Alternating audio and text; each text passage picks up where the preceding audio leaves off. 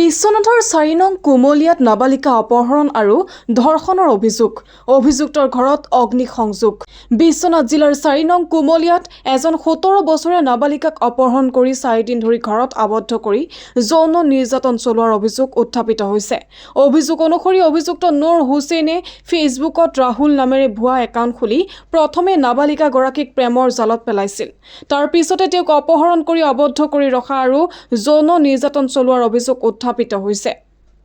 এই ঘটনাৰ পিছতে উত্তেজিত ৰাইজে অভিযুক্তৰ ঘৰত অগ্নিসংযোগ কৰে।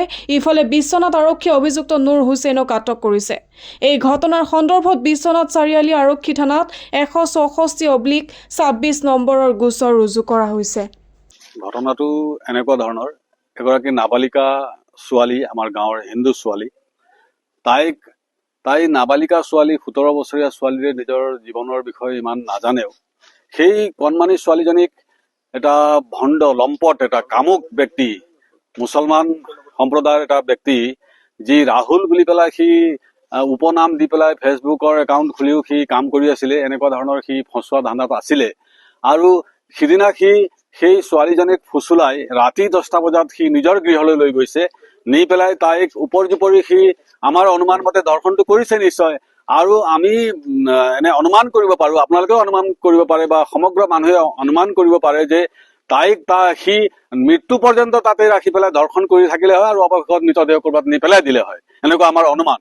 কিন্তু সৌভাগ্যক্ৰমে যে সি নিজৰ বুদ্ধিতে ফচি গ'ল। সি সেই ছোৱালীজনীৰ ঘৰলৈ আহি পেলাই মাজে মাজে খবৰ লৈ থাকে, তোমালোকৰ এই ছোৱালীজনীক পালা নেকি, ক'ত আছে বা কিবা সুংসূত্ৰ পালা নেকি, বা তাৰ নিজৰে নাম ওলাব নেকি বুলি ভাবি পেলাই সি সেইটোকে ধান্দাত লাগিছে। সি বাৰে 2-3বাৰ যেতিয়া আহোঁতে আমাৰ ল'ৰাবিলাকৰ সন্দেহ হৈ পেলাই তাৰ ফোন নম্বৰটো বিচাৰিলে বা ফোনটো দেচোন তোৰ বুলি কওঁতে সি কৈছে মোৰ ফোনটো বেয়া হ'ল বা মোৰ চিম দে তেতিয়াহ'লে বুলি কওঁতে, চিমো মোৰ লগত নাই, বলচোন ঘৰত চাওঁ তোৰ ফোন আৰু চিম বুলি পেলাই যাওঁতে সি ঘৰ সোমাওঁতে সি পলাই গ'ল। আৰু ভিতৰত চাওঁতে যে ছোৱালীজনী তাতে আছে। চাওক কিমান পৰিতাপৰ আৰু কিমান উদ্বেগজনক ঘটনা যে সেই ছোৱালীজনীক মৃত্যু পৰ্যন্ত সি ধৰ্ষণ কৰি পেলাই ক'ৰবাত নি পেলাই মৃতদেহ পেলাই দিলেহেঁতেন আৰু আমি সেই মৃতদেহ ছোৱালী নাপালোহেঁতেন। ইমান দুৰ্দৰ্শ মানে এটা অপৰাধী চৰিত্ৰৰ সি মানুহ। এতিয়া সেই মানুহটোৰ ওপৰত যদি প্ৰশাসনে বা আৰক্ষীয়ে উচিত ব্যৱস্থা নকৰে তেতিয়াহ'লে সাম্প্ৰদায়িক এটা হেৰিয়াৰ সৃষ্টি হ'বই। আমি এতিয়া হিন্দু মানুহ হিচাপে আমি মনে মনে আছো, আমি ইমান ল এণ্ড অৰ্ডাৰ কৰি পেলাই আমি চিন্তিত আছো। আমি অশান্তি বিয়পোৱা ব্যক্তিয়ে আমি নহয়, আমাৰ সমাজৰ মানুহো নহয়।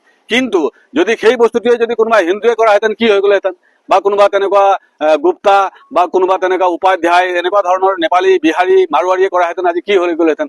এতিয়া মুছলিমে এটা এনেকুৱা অপৰাধ, ইমান ডাঙৰ অপৰাধ কৰি এটা মৃত্যু পৰ্যন্ত সেই ছোৱালীজনীক সি তাতে ৰাখিলেহেঁতেন, যদি বিচাৰি নোপোৱা হ'লে কিমান ডাঙৰ কথা হ'লহেঁতেন। আপোনালোকে বিবেচনা নিজে ৰাইজে কৰক।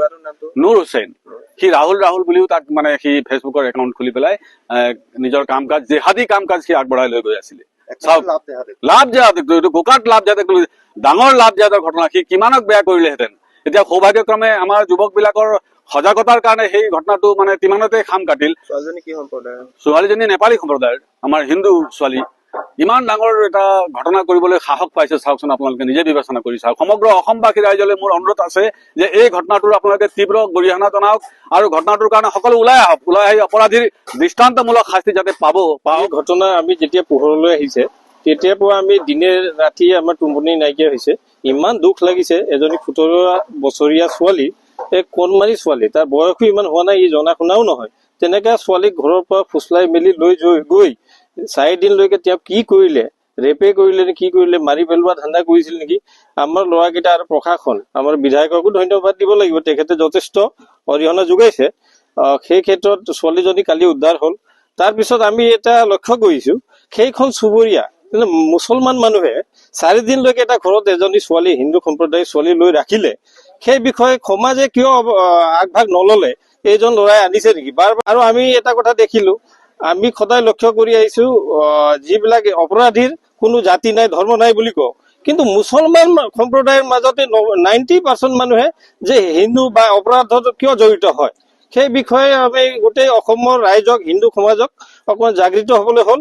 আৰু এই বাৰ্তাটো মই মুখ্যমন্ত্ৰী মহোদয়ক কাটৰ অনুৰোধ জনাইছো, যিহেতু এনেকা ধৰ্ষণ আৰু নাবালিকক লৈ পেলাই ধৰ্ষণ কৰে, এই বিষয়ত তেওঁলোকক উচিত শাস্তি দিব লাগে। আৰু তেওঁ পাৰিলে তেখেতৰ ঘৰটো উচ্ছেদ কৰিব লাগে এই অঞ্চলৰ পৰা, যাতে এই অপৰাধীক দেখি পেলাই বেলেগে সাহস কৰিব নোৱাৰে। এনে ধৰণৰ কাৰ্য কৰিলেহে আমাৰ সুৰক্ষিত হ'ব বুলি মই ভাবো, আৰু মুখ্যমন্ত্ৰীক এইটো কাটৰ অনুৰোধ জনাওঁ। এই আমাৰ কেইদিনমান আগৰ পৰাই ইয়াত আমাৰ মুছলমান ল'ৰাবিলাকে, উঠি অহা যুৱকবিলাকে এতিয়া আমাৰ এই বিশেষকৈ এই কুমলীয়া অঞ্চলত আমাৰ জীয়ৰী কেইজনীক আমি ডাঙৰ দীঘল কৰিব নোৱাৰা অৱস্থা হলো। টিউচন পঠিয়াব লাগে টমটমত, তাতো আক্ৰমণ সিহঁতৰ, অকলশৰীয়া পঠাব লাগে কেতিয়াবা, তাতো আক্ৰমণ। কেইদিনমান আগত এই কুমলীয়া হাইস্কুলত পঢ়ুৱা এজন উচ্চ শিক্ষক হিচাপে ছাত্ৰীক নিৰ্যাতন কৰি, এটা দুয়ো ধৰ্মাৱলম্বী মানুহ, মুছলমান সম্প্ৰদায় আৰু আমাৰ সম্প্ৰদায়ৰ মানুহ বহি মিলা মিছা ডাঙৰ এটা সভা কৰি মিলা-মিছা কৰি আৰু আগন্তুক দিনত এইবিলাক কৰ্ম নহব বুলি এটা সিদ্ধান্ত লৈছিলো। সেইটোত আমি ছিকিম গৈছিলে আমাৰ নিজৰ মানুহৰ ঘৰত, তাৰ পৰা ছোৱালী উঠাই যাবলৈ লৈ গল।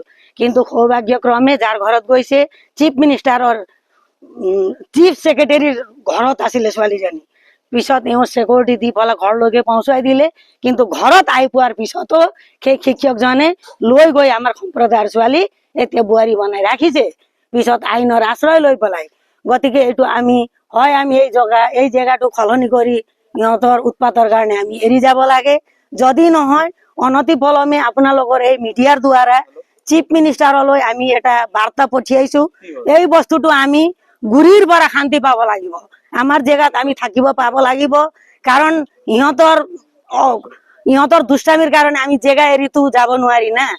আৰু শুনক, বিবাহ বোলাটো আমি হিন্দু মানুহ হয় নহয়, হিন্দু মানুহ কোনোবা হিন্দু ল'ৰাৰ লগত পলাই যোৱাটো আমি নিবিচাৰো। বিবাহ বোলাটো এটা অকল দুটা দেহৰ মিলন নহৈ পেলাই বিবাহটো এটা ৰীতি ৰিবাজ, সংস্কাৰ সংস্কৃতি, আমাৰ হিন্দু মানুহৰ বিবাহটো মেইন। গতিকে এনেকে লৈ পেলাই সংসাৰ কৰি ল'ৰা ছোৱালী কৰি কালি আকৌ সেইটো দেখি তাক কি কৰিলে এতিয়া ময়ো যাওঁ, এইটো এটা কুসংস্কাৰ উঠি অহা ছোৱালীৰ ভিতৰত সোমাব নাই কওকচোন। গতিকে আমি বিচাৰো এইটো একেবাৰে নিৰ্মূল হব লাগে। উঠি অহা এতিয়া আকৌ মিটিং হব আৰু নহব বুলি সিহঁতৰ মুৰব্বীসকলে এটা সিদ্ধান্ত লয়, আকৌ 6 মাহ পিছত বেলেগ ঘটনা ঘটিব। আমাৰ জীয়ৰী বোৱাৰীৰ সুৰক্ষা হ'ব লাগে, মুঠতে সুৰক্ষিত হব লাগে। আমি অপেন ওলাই যাব পাৰিব লাগিব। আমাৰ ছোৱালীহঁতে নাবালিকাকো হাত লগাইছে।